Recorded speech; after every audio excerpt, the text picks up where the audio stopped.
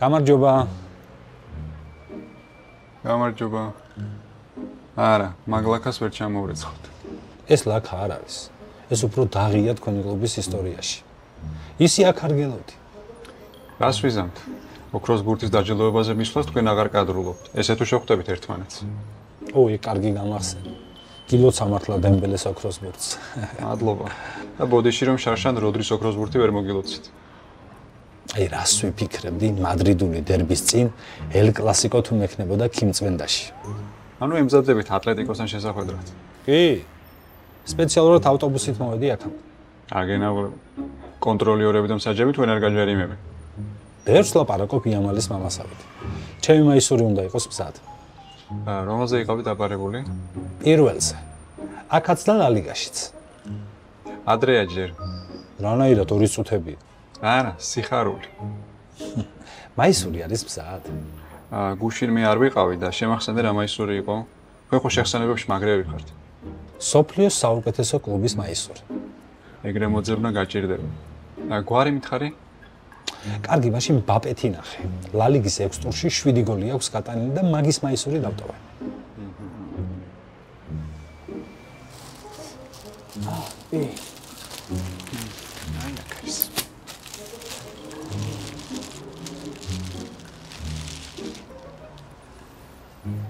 ეს რა არის?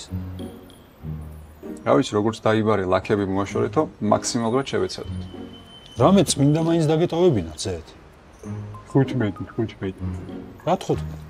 რა ვიცი, ყველა უადგილო დროს მაგას იძახით ხოლმე. ერთხელ მე შევთქვა ხო შეიძლება. ბიჭო, ეს რა არის? რეალის მაისური დაგეტოვე და ჯემპრი შიგნით ჩასაცმულ მაისურს მოდა? ნამუსი რომ გქონდეს. შარშანდელი სეზონის შემდეგ ეგ მაისური ისეთ ჯემპრი შიგნით უნდა გეცვის. ნამუსე რა, ნამუსით მელაპარაკები, მესი გაუშვით გუნდიდან და შეცნი დააბრუნეთ ფეხბურთში. ხო მართლა. ეს მოვიწყდებოდა. გამომართვი ძლივს მოვაშორე. ეხოცები აღარ მიაკავრო მაისურს, რა ძალიან რთულად ამოდის. მომისმინე, ეს მაისური დაიტოვა. ეს ლოგო დააბრუნე. კლავზე 15. უკან ბაპე და 10 ნომერი. მხრებზე 3-3 ზოლი. სპონსორი თუ გინდა დაიტოვეთ, თქვენ უფრო გჭირდებათ. ერთი შეკითხვა მაქვს. რა შეკითხვა? თორემ 27 სექტემბერს ლალიგის მე-7 ტურში ვანდა მეტროპოლიტანოზე მადრიდული დერბი გაიმართება. ატლეტიკომ ერთი დერბი უკვე გამართა რაიო ვალეკანოსთან და 3-2 დაამარცხა. ახლა კი მთავარ დერბიში რეალს ეთამაშება. მოკლედ, რაიოსთან დერბი უკვე ქონდა და ახლა ექნება დერბი პრომაქსი. პარიზში ოქროს ბურთის დაჯილდოების ცერემონიალი გაიმართა, რომელიც უსმან დემბელემ მოიგო. მე ვულოცავ დემბელეს ამ წარმატებას, მას მართლაც ფანტასტიკური სეზონი ჰქონდა PSG-ში.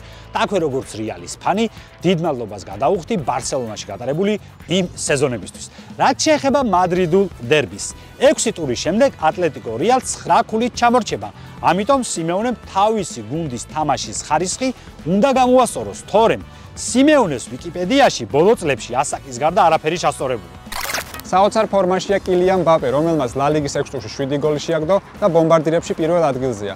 ფრანგი ფორვარდი მოედანს გოლის გარეშე არტოვებს. მოკლედ, შარშან რაც შეუკვეთეს წელს ჩამოვიდა. შოფერ ჰოფერთან ერთად გაგაცნობთ გუნდების სტატისტიკას. ატლეტიკოს და რეალის ლალიგაში ბოლო 10 ურთიერთდაპირისპირებიდან 2 ატლეტიკომ მოიგო, 3 რეალმა, 5 შეხვედრა კი ფრედ, ერთნაირი ანგარიშით 1-1 დასრულდა. ლალიგის მიმდინარე სეზონში ატლეტიკო თამაშის საშუალოდ 6 კუთხურს აწვდის. რეალი კი 7-ჯერ ურტყამს კარში. ატლეტიკო თამაშის საშუალოდ 11-ჯერ ჯარიმდება, რეალი კი ერთხელ ხდება თამაშგარეში. ჩემი პროგნოზია კი, ანუ ორივე გუნდი გაიტანს გოლს. მადრიდის რეალის და მადრიდის ატლეტიკოს ბოლო დაპირისპირებებში ორივე გუნდმა შეძლო გოლების გატანა.